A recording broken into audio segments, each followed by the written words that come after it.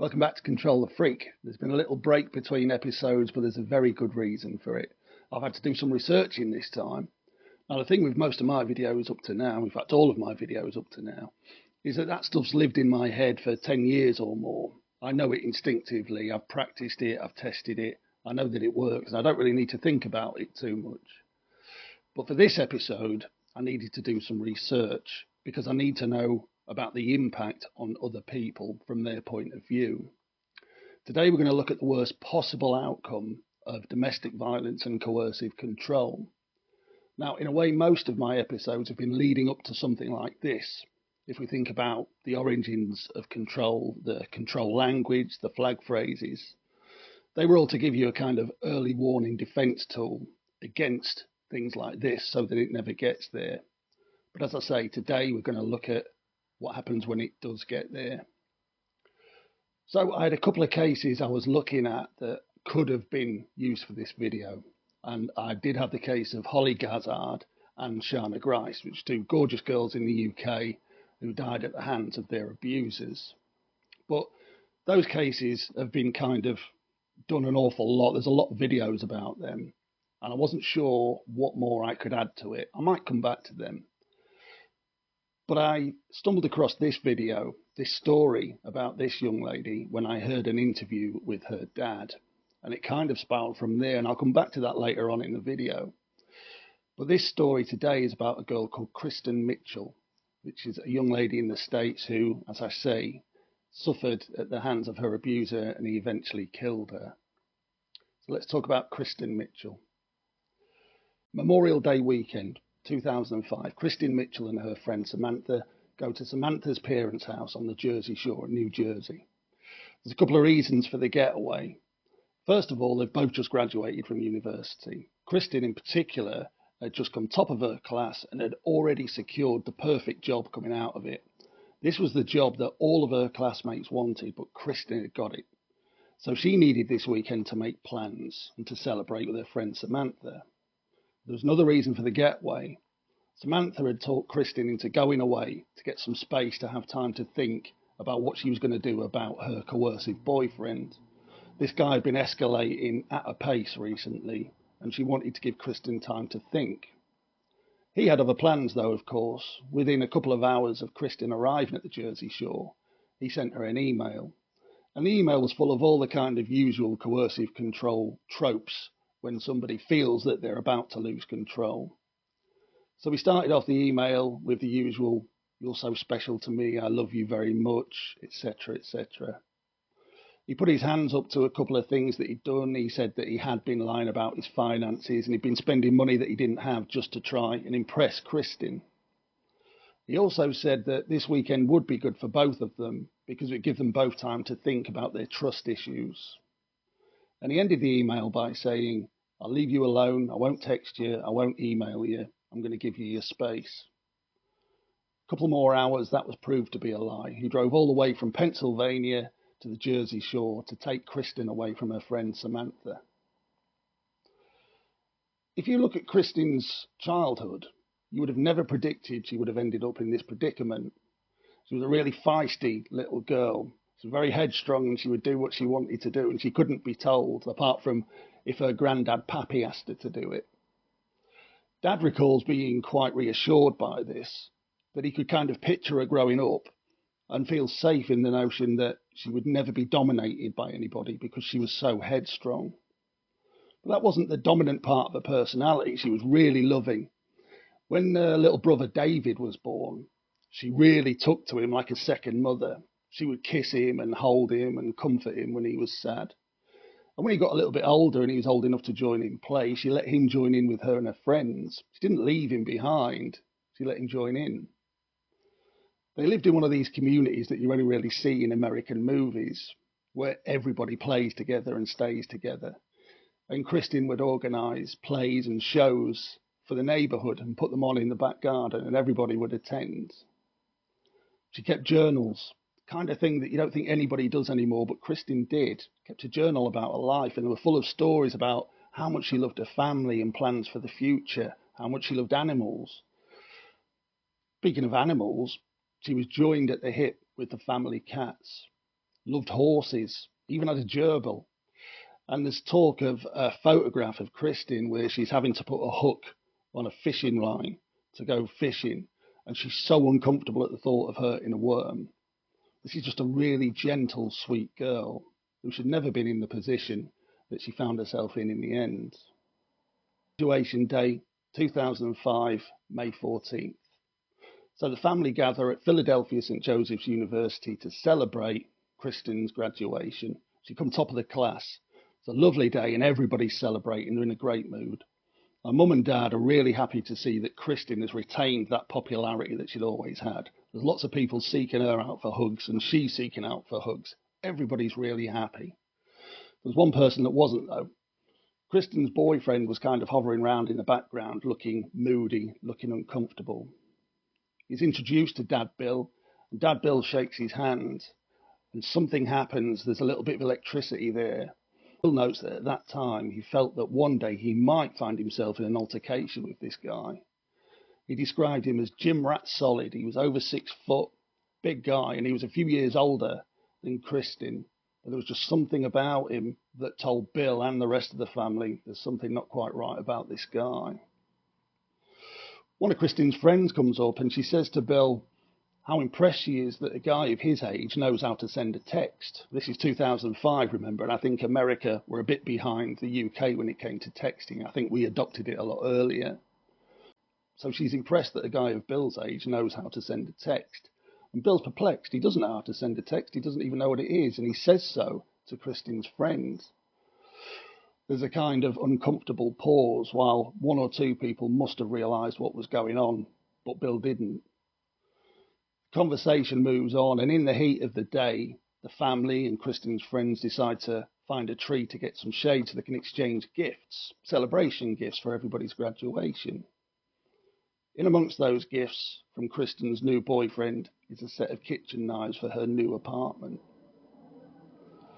Boyfriend's still hanging around, he's still very moody, and Dad says to Kristin, why don't you invite him out for dinner with us? The family plan to go out for dinner later on. And Kristin says, no, there's no need. So the family go out for dinner and they have a lovely time. And they'd been planned that Kristin and her mum would go to the family's beach house to carry on celebrating and to make plans for Kristin's future, get her ready for a new job. Rain starts pouring down. And Bill recalls at the time when he was packing his wife and Kristin into the car to drive to the beach house, he had a foreboding feeling something was going to go wrong very soon. Early June, it's late at night, and Bill Mitchell has spent all day with his parents, Kristin's grandparents, Gaga and Pappy, and he's driving, and his phone goes off, and he hears a voice. It's a female detective from local law enforcement, and she wants to know if she's speaking to Bill Mitchell, and that she's been to the house several times, but there was nobody there. Bill confirms he is Bill Mitchell, and he asks what the call's about. Female detective says she can't discuss it on the phone, which is quite puzzling for Bill. So he asks again, and she says she can't discuss it on the phone, but she gives him a phone number. If you call this number, it's local police, and they'll confirm that I need to talk to you. So Bill hangs up. Before he calls that number, he decides to call his wife first. Now, his wife is out with their son David at one of David's friends' graduation parties. He tells his wife, Michelle, what's happened, and she says straight away, this is something to do with Kristin. But Bill shrugs that off. He says it can't be anything to do with Kristin. This is local police, and Kristin is miles and miles away. This must be something else. Michelle says, no, I know it's something to do with Kristin. I'm going to go home and I'll wait for you. You call the police back. So Bill does. He's still unsure, though. This might be the police and it might not. So he agrees to meet them at a local supermarket where it's well lit, there's lots of automatic doors and people milling about. And he feels much safer there, so they agree to meet. Bill gets there a little bit early, and he sees a car pull into the car park, 2 people inside, what looks like a female detective, and a tall, well-dressed man that he assumes is another detective. They get out the car and make their way towards Bill, introduce themselves, confirm that it's Bill, and then the female detective gets straight down to business. Your daughter Kristin has been murdered by her boyfriend. If only Kristin and her family had known this guy's history. This guy was a coercer, he was a fantasist and a liar. He'd grown up telling people that he'd grown up in care, that his mum was dead. It wasn't true. He lived in a 5-bedroom house with brothers and sisters and both parents. But it kind of suited him. This was a pre-made excuse for lots of problematic behaviour. If he could just pull the "I've been in care" card, he could get away with a lot of things. Because he was a fantasist, he also had a huge ego and grandiose ideas of things that he could get away with. One of those things was that he decided to rob a bank with a friend. They got themselves an air pistol and they robbed a bank.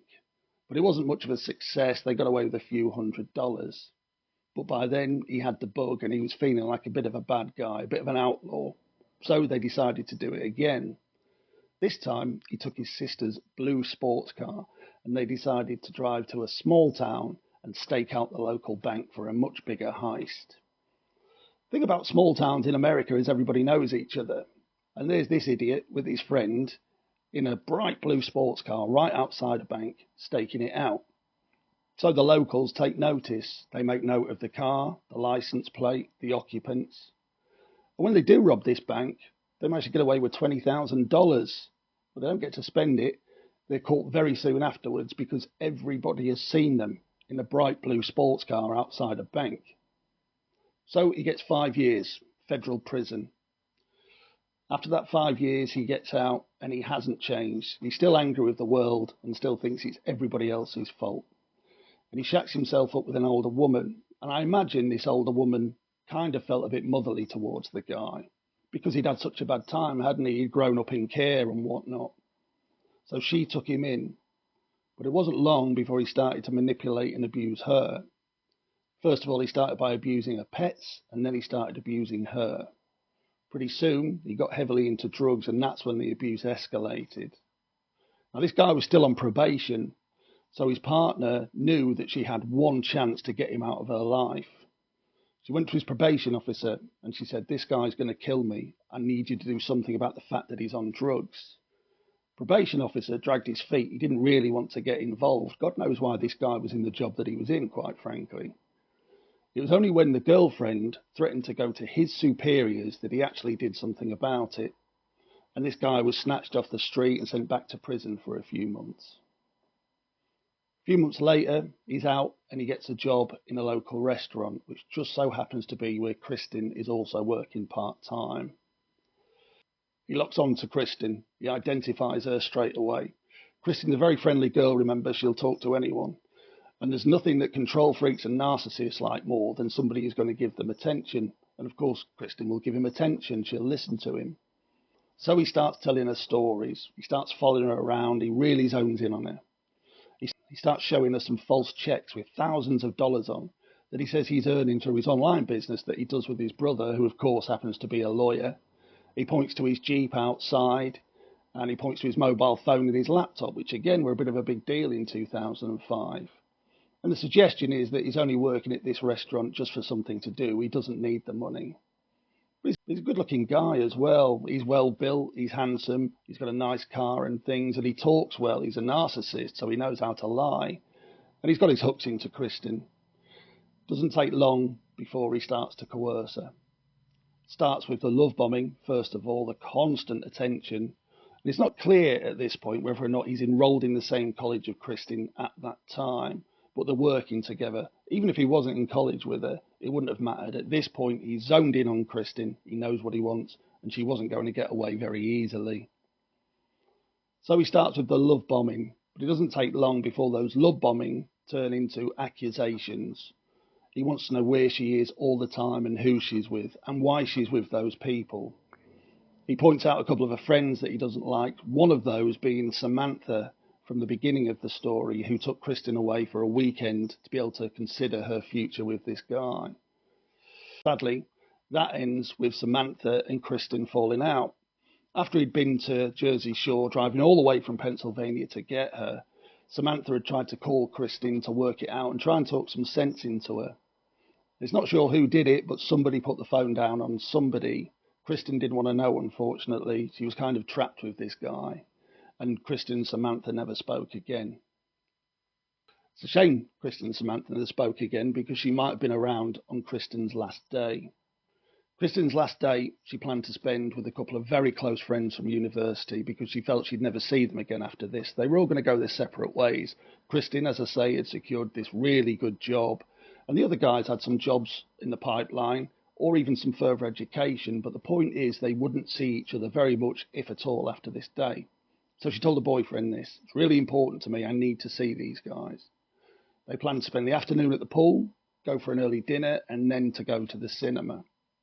But her friends, Austin and Sean, noted that from very early on, Kristin was distracted by constant contact from this guy.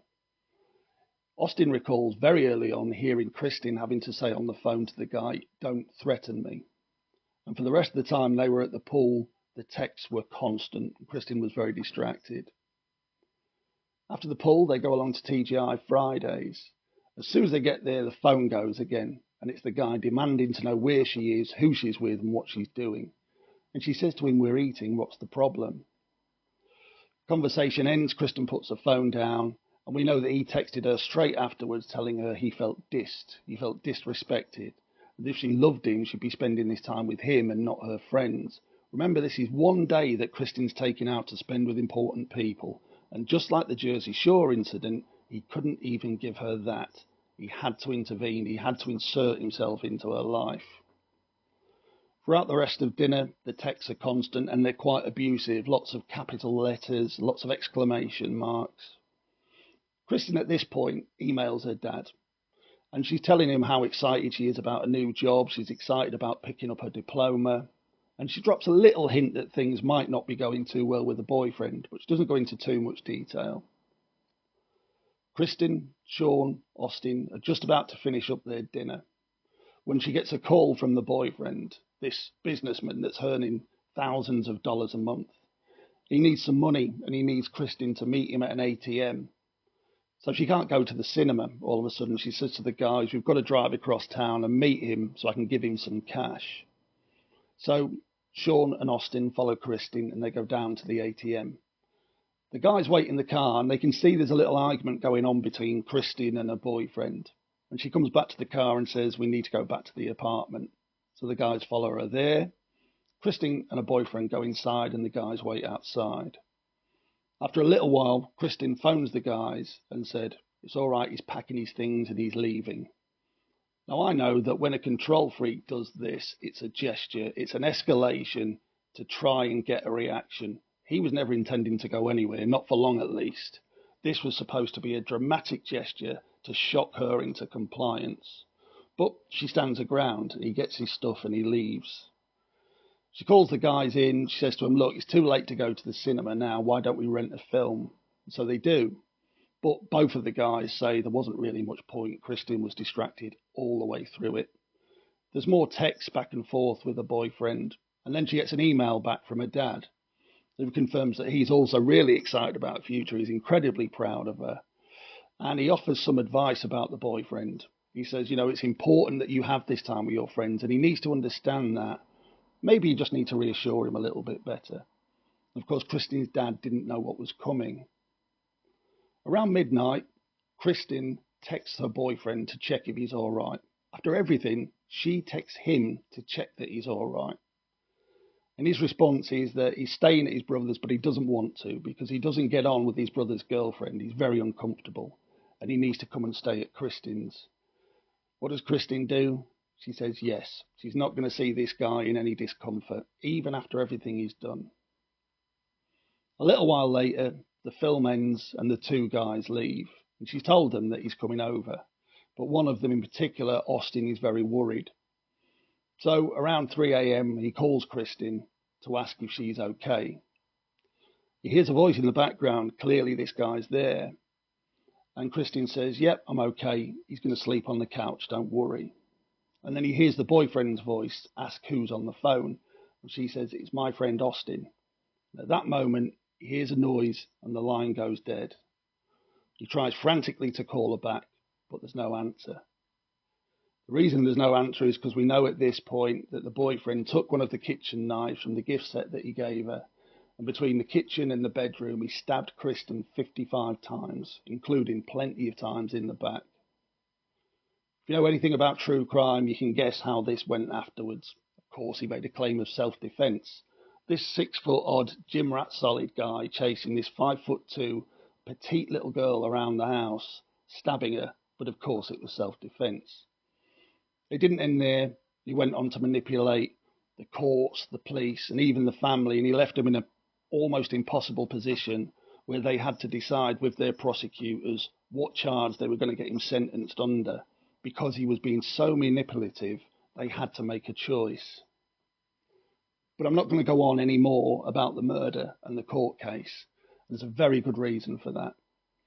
First reason is that this isn't a true crime podcast. There's lots of true crime podcasts out there, but that's not what I do.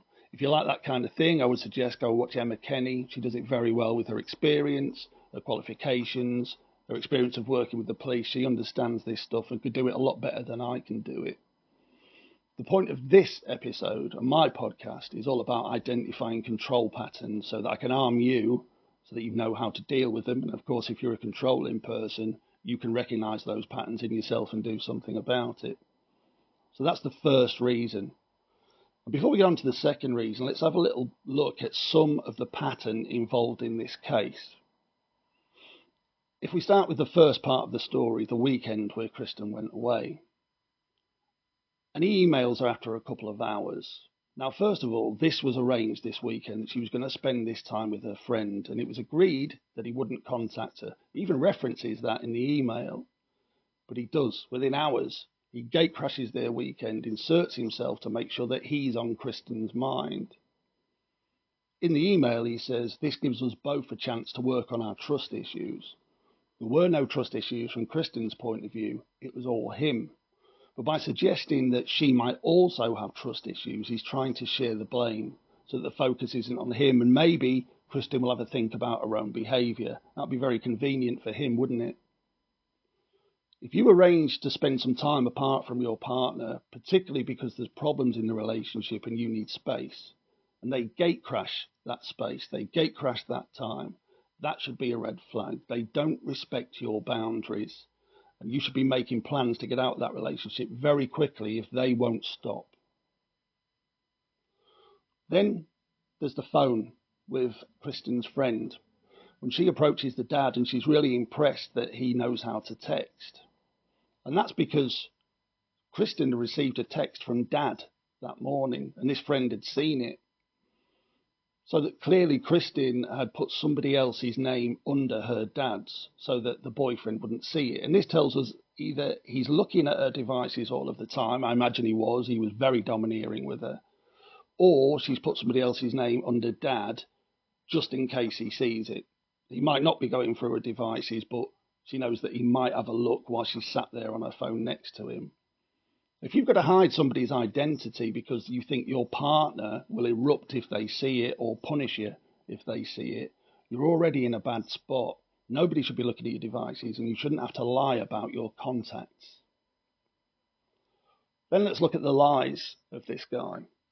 So he's this really important, really successful businessman earning thousands of dollars a month, but he works in a restaurant part-time. Guy's a fantasist, clearly. He's clearly a liar.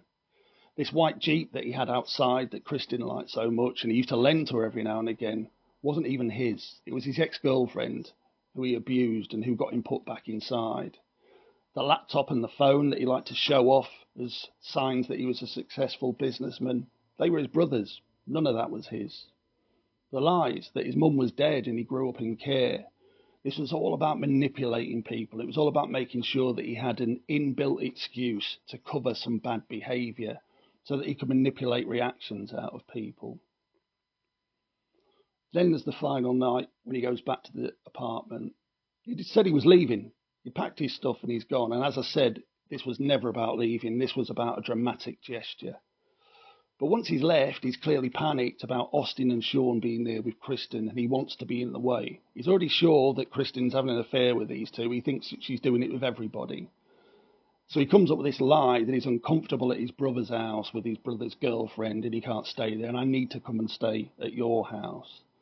This was all to make sure he was in the way and that he had Kristin to himself. And then we can guess that once he got there, he tried to apply pressure to Kristin again. And she stood her ground and fatally paid the price for it. All the signs are there with this guy: manipulation, lies, grandiose ideas. They're all the way through this story. Sadly, nobody saw it at the time. They didn't know how. And they probably thought, at least the parents thought, Kristin's a headstrong girl, she'll know how to deal with it. But at the time, they didn't understand how manipulators change your point of view. They're very good at it, that's why they do it. There's a second reason. I'm not going to go into more detail about the case, though, or the aftermath, and there's so much more to tell. Trust me, this could be a much longer podcast. But the second reason I'm not going to go into it too much is because somebody else has already done it better. I came across this story while I was searching for cases. I was watching YouTube videos, searching on Spotify, and I had a criteria. And a video came up, and it was the story about Kristin Mitchell, but it was being told by her dad, Bill. And I'm listening to this interview, and I'll link this in the description. And the way Bill described the night that he got the phone call and then the fallout just grabbed me. And he told the interviewer at the end of the episode that he actually wrote a book. He lived with this stuff in his head for years, and he was telling people this story. And he just thought, I've got to write a book. People even said to him, you've got to write this book. So we wrote a book called When Dating Hurts. As soon as I heard that, I went straight to Audible and I downloaded the audio book. And I had Bill's voice in my ear for a week while I listened to this book on repeat. And when I say there's detail in this book, there's a couple of sort of second level stories going on that are relevant to the main story. That, listen, I'm not religious, but there's a couple of things that happen that would make you question your commitment to not being religious, like jaw-dropping stories and coincidences that all tie together. And there's heartbreaking stories about the fallout with the family. Bill nearly wiped some lipstick off a picture frame, and at the last second realizes it's where his wife has been kissing Kristin's picture. The impact on the family is just, it's absolutely heartbreaking, but it's compelling and vital reading. Whether you're somebody who's stuck in a relationship where you're being abused, or you're an abuser and you want to see how far this can go if you don't get hold of yourself, I cannot recommend that book enough. So I listened to this book and I realised this was the story that I had to do. But of course I've had Bill's voice in my ear, haven't I, for a week or so, so I can't just do it. So I went to the When Dating Hurts website, which is built around Kristin, and the Kristin Mitchell Foundation is all linked to it. They do run walks every year in her memory. I went to this website anyway, and there's a contact for Bill. So I emailed him and I said who I am, what I do. I shared a link to a couple of my videos. I explained that I'm an ex-control freak and that I wanted to do this story about Kristin, and I was asking his permission. Now, I completely expected him to say no. His daughter was killed by somebody who was a serious control animal. And yet you've got somebody who was also incredibly controlling, although not violent with partners, saying, can I tell this story? I wouldn't have blamed him if he said no, and fully expected him to, but he didn't. He come back and he said yes. He also put a couple of other things in that email. He shared a link to a script that he'd written, and it was voiced by an AI, of a controlling person debunking Bill's version of the flag phrases. If you remember, I've got the flag phrase episode, I think it's like episode 4 or 5, where I give you the things that controlling people say and what it really means. Well, Bill has his own version, and I'm going to link that as well in the comments here. So he's written his script from the point of view of a control freak, how they would deal with these flag phrases. And I could have written it. I've got to tell you, it is so accurate to how a controlling person thinks. It's vital listening, so I'm going to stick that in there as well. I found out Bill has a website and he has a podcast, and the podcast is also called When Dating Hurts, and I've got it on Spotify, but I'm sure it's available everywhere. And I listen to that now all of the time, and he talks to victims and he talks to other experts. Another thing that he said to me in that email was that he'd been looking for somebody like me because it's pretty hard to find somebody who will admit to controlling behaviour, and he'd never been able to find anyone like me before. So he was interested to use some of my stuff. So I've given Bill permission to use some of my stuff, and he's going to put some of my audio on his podcast, potentially anyway. As I say, there was no point in me putting any more detail about Kristin's story in this episode because Bill's already done it better, and I don't want to hijack that story from Bill. It's his family's, and it's all of Kristin's friends as well. So I really want to direct you towards the book When Dating Hurts by Bill Mitchell. Finally, I want to give heartfelt thanks to Bill Mitchell and family and friends who've allowed me to do this episode. Very, very humbled, really touched that he's allowed me to do it. I'm so very, very grateful to Bill and family. Hope that's been useful for you. Please take notice. Please look out for the signs. In the meantime, I'll leave you with the usual, a very somber version. Control the freak, not the people. I'll see you next time. Behave.